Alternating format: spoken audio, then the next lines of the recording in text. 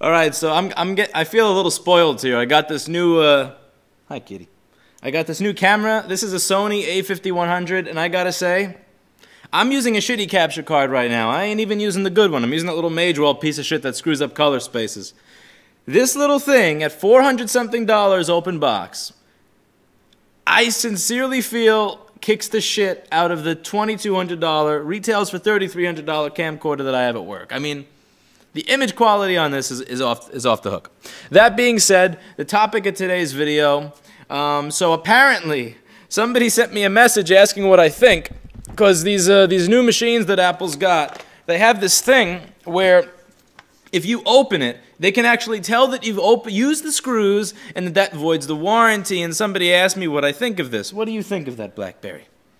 Oh, you're not BlackBerry, you're Mr. Clinton. Oh, you are BlackBerry. You just meowed. I'm not used to BlackBerry meowing. Come here, girl. Come on camera. Come on, all they can see is your tail. They have no idea how pretty you are. Good girl! Good girl! Oh, I love you, little BlackBerry. Good girl. Alright, so as you can see here, they will know if you tampered with it because of a substance they put inside the screw. And one of the only things I could imagine here is that this is done so that they could see if you've tried to open it, so that they can then void your warranty. And people wanted my opinion on this, so I figured I would offer it. Firstly, is anybody really surprised? Truly, like honestly, is this something to actually be outraged at in 2016? You're buying a computer with a soldered-in SSD, a soldered-in hard drive, a screen that is bonded to the rest of the fucking computer. You're buying this thing that doesn't even have a USB port. And you're like, why? I mean, I get that people want to tinker with their stuff. I understand that people feel like they have a right to tinker with their stuff. Good girl, BlackBerry. But really, I mean, why would you buy that machine if your goal is to tinker? And when people say, some of the criticisms are, oh, but people want to fix the things that regularly go wrong. What is the average person going to do with this machine? What are you going to do opening that thing that's not going to void the warranty? What, you're going to upgrade the RAM? You're going to clean your fan? You're going to change out the SSD? You can't do any of these things. There's no reason to actually... The battery is fucking glued into these computers on all the new modern Retinas. So what is it that you're actually going to do? Because here's the thing I would propose. Am I saying that this is the kind of computer that I want to own? No, but what I'm saying is that once you buy into this product, once you own this product, you're kind of admitting to yourself that you don't value the ability to upgrade your own product. You don't value the ability to repair your own product. When you buy one of these devices, you're accepting the fact that it is a throwaway and disposable piece of crap. It's something that you may be able to use for a short period of time, but once that short period of time is done, your device has now expired, and it is now time to buy a new one. So, I don't see how it's an issue. I mean, truly, if you have accepted that this is the device that you wish to own, then at that point, what need would you have to open it as an end user? I mean, and this is something that I get into with a lot of the videos I do. People go, why do you rag on Apple so much for repairability? They don't do anything that other manufacturers don't do. Let's talk about the system management control. Anybody here have how the SMC works in a MacBook? You ever have to do an SMC reset if anything's funny? Your SMC reads the sensors. Your SMC is what's responsible for reading the power button. Your SMC is responsible for knowing battery percentage, but also recognizing that a battery's plugged in. And when I talk about things like the right to repair, when I talk about things like the right to repair the products we own, like the right to repair bill that wants to try to lobby for the schematics and the board views and the software and the tools to be available for the manufacturers to actually work with the third-party repair centers and the customers to ensure that people can actually open their own shit and do something like replace a battery when it's time to replace a battery instead of say, fuck this and buy a new one at $1,000. When I talk about this kind of stuff, people will get all types of crazy over it. People will say all these types of things that don't really make a lot of sense. For example, when it comes to stuff like the SMC, Louis, what do you mean Apple is spiteful? What do you mean that they're trying to force planned obsolescence? What do you mean that they're doing things that other manufacturers are not doing? Louis, you must be out of your mind and biased, because they don't do anything about that. Let's talk about the SMC. Now, people will say, Louis, why are you reballing a chip and taking an hour out of your life to find a good chip on a dead board? Because, by the way, Apple will not sell me a pre-programmed SMC. I can't buy a pre-programmed SMC from Apple if I need to replace this very commonly damaged part in all MacBooks. Whether it's liquid damage right by the edge, a little drop of water that destroys it, whether somebody's replacing the batteries and the two pins touch for a minute, whoops, 12 volt, 23 volt data line, it's a common thing to break. And they'll say, Louis, they're not forcing planned obsolescence at all. You're paranoid. You're nuts. You don't know what you're talking about. Here's what I would ask you. Why is it that if I try to read the firmware from the original SMC, that the chip will fucking erase itself? Why does it do that? And a lot of people can't answer that question, because in other machines, you don't have that problem. I cannot simply purchase an SMC for $5, program it in 9 seconds at a time. No, I have to go through a batch of dead boards, because Apple will not sell me a pre-programmed SMC, nor provide me with programming. I have to go through a batch of dead boards, rip the thing off, spend 40 minutes of my life putting a bunch of 0.2 millimeter balls on it, and then soldering it onto the board, only to find out that the SMC that I took off the donor board was dead. And that's why the donor board was tossed in the trash.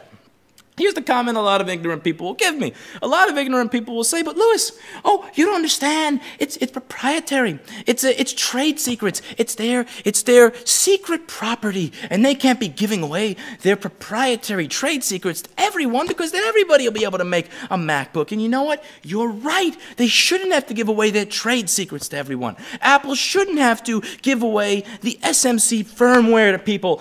Well, you know what? Do you know how much money Apple would lose if the functionality inside the SMC were public, if that firmware were made available? Do you know how much money Apple would lose if Acer had a laptop that when you hit the power button, it turns on?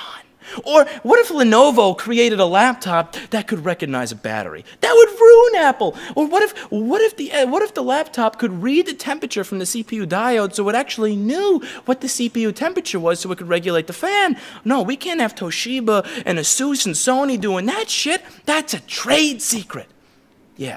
Yeah, and people wonder why I get snarky on Apple. People wonder why I bring up this type of bullshit. It's because they're ignorant and they don't understand the story behind it. You're trying to tell me that it's a trade secret that a laptop can read a battery? Are you going to tell me that it's a secret that they have the right to protect, that when you hit the power button, the computer turns on? Are you telling me that in 2016 that these are unique features that the laptop can read the temperature of the CPU or the palm rest and regulate the fan and the CPU speed accordingly? It's bullshit. And this is bullshit too. But the thing is, I keep mentioning it, we are in 2016. If you buy a laptop with a soldered-in SSD, soldered-in RAM, glued-in battery, and screen that has no screws to affix it to the computer, listen, why are you even mad? I mean, really, I get if you buy a $2,000 workstation class business machine and you get this. If you buy a Lenovo ThinkPad P70 and the warranty is voided by opening the bottom case or something so that you can change the RAM or the drive or the screen or replace the keyboard, I get why you're mad as that business enthusiast class workstation user. But if you buy this thing, I mean, if you did even 10 seconds of research, you would realize that this 12-inch piece of crap is a disposable machine. It is designed to be used for 12 months and then quickly discarded. That thing, again, why would you glue a battery into a computer instead of screw the battery into the computer? And people go say, well, you screw the battery into the computer. You need there to be screws to put it into the frame, right? You need those screws, and that's going to make a frame on the battery, and that's going to make the battery thicker and blah, blah, blah. Guess what? The Retina battery has a frame. The battery for the Retina has a frame that could easily be used to screw it into the computer. Instead, it has adhesive strips keeping it in there. Why? So that when it dies, you got to buy a new one. That's what it is. So again, when it comes to this machine and not being able to open it, again, you buy a computer with soldered-on drive, soldered-on RAM, glued-in screen, that has no, it's $1,000, it doesn't even have a fucking USB port. And Like, what do you expect? What do you expect but just another kick in the balls, but another slap in the face, but another laugh when you actually try to do something like, dare you open the product that you own? Because you don't own that product. You rent that product from Apple. You think you own it, but you don't own it. You're renting it. And that's what they want you to do with everything into the future. And again, when it comes up all that idea about oh no, they're not trying to block your right to repair. You're just being paranoid. Again, why is it if I try to read the SMC erases itself? Answer me that question. Why is it that when I try to read firmware, not the trade secrets, not like the holy grail of how to design products that millions of people across the world will pay 200% and 400% markups on. I mean, reading the chip that says, hi battery, what percentage are you? Hi keyboard, did you hit the power button? Oh, okay, CPU turn on. Basic fucking function, basic convenience. What is the point of this? What is the point of making that chip so to the point where if I do that, if I read something from it, it erases itself? I know what you may be thinking. You may be thinking this has something to do with user security. Well, the EFI chip, the SPI-ROM chip, doesn't have that. The SPI-ROM chip on the machine, I can read that very easily. And you know what's included? Not even encrypted. You know what's included in plain text in the SPI-ROM chip? Your iCloud email. So if I have your computer, even if you've removed the hard drive from it and all identifying elements from it, not only can I figure out your name, I can figure out your email just by putting a little clip on the computer now and reading the information from the SPI-ROM chip that is stored in plain text. So don't pull the security or the identification thing on me. All this type of crap that happens, it's done to ensure that you don't fix the device. It's done to ensure that every turn you make, that there is an obstacle in place to the point where you finally just fucking give up and buy a new one. And if anybody, after all the years of this shit, is actually surprised at the fact that that now the obstacle is literally the screw, to the point where Apple will now know that you have taken a screw off the bottom of the computer and rotated it and can now use this against you when it comes to your warranty.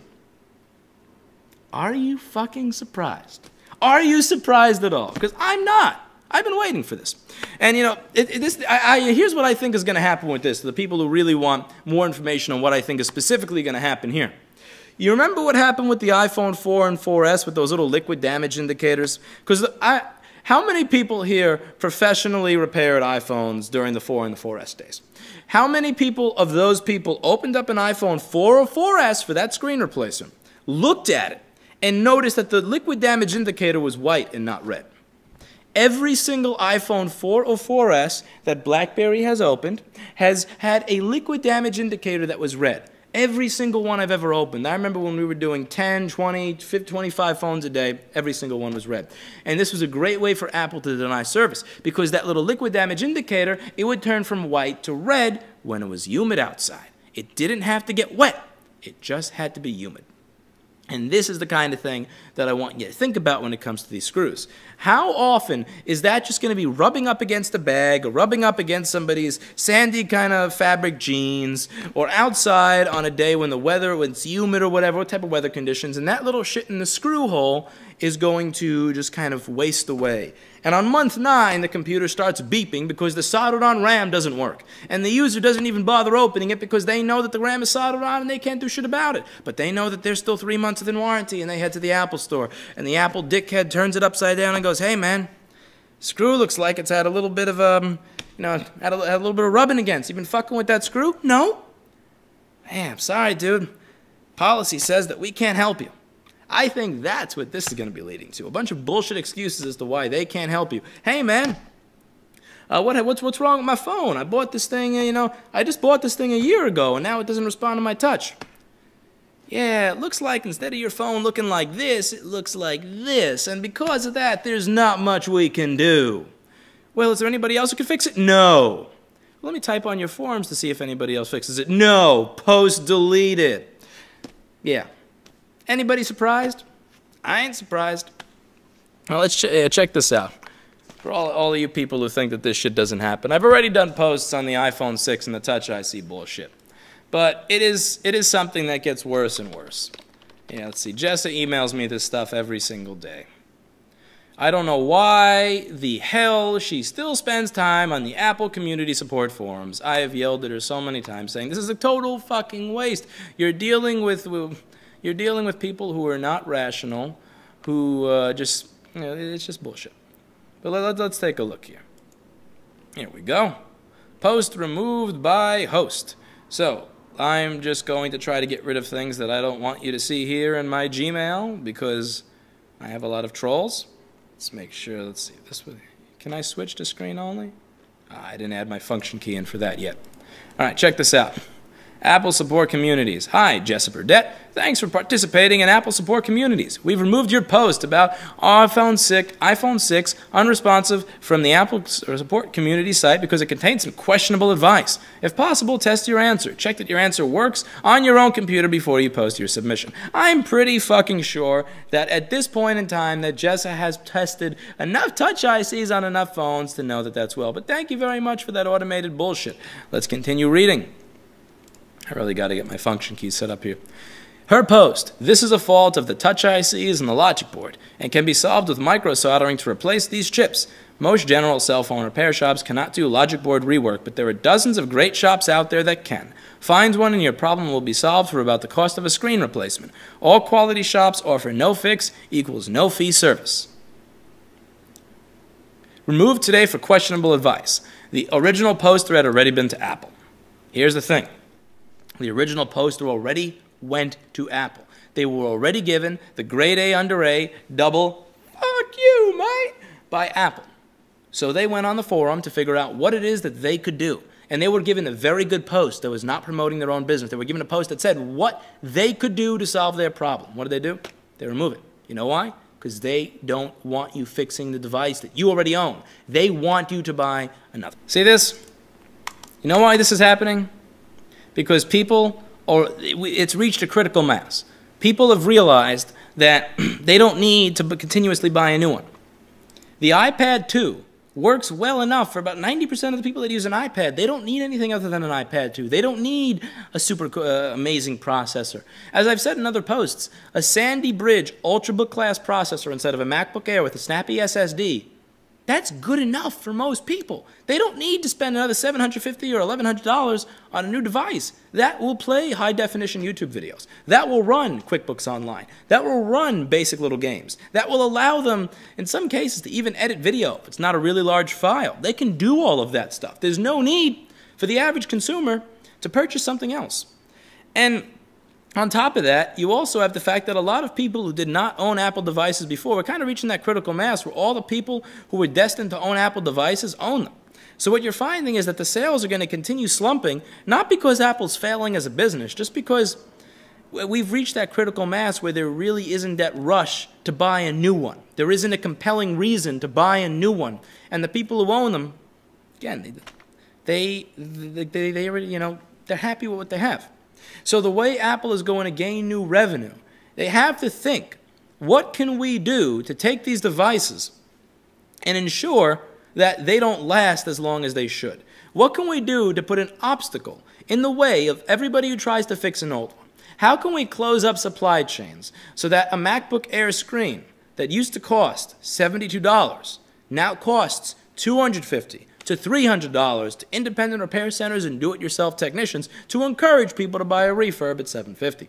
What can we do to make the older device as slow as fucking possible with each update so that people take their iPhone 5 that worked perfectly fine, did everything they wanted, and one day open it up and go, oh my God, this is useless, let me buy a new one? What can we do to make sure that when something goes wrong inside a computer with a glued-in battery, that we're going to void their warranty if they so much as take a screwdriver to their own device? If you're surprised in 2016 by any of this behavior, then clearly you have not been paying attention to a thing that Apple has been doing for the past 7 fucking years. And that's all I have to say today. BlackBerry, do you have anything to input on here? BlackBerry? Oh, you're a good girl. That was a good kid. Good BlackBerry. Come here. Clinton? Are you afraid of the camera? That's all right. I love you anyway.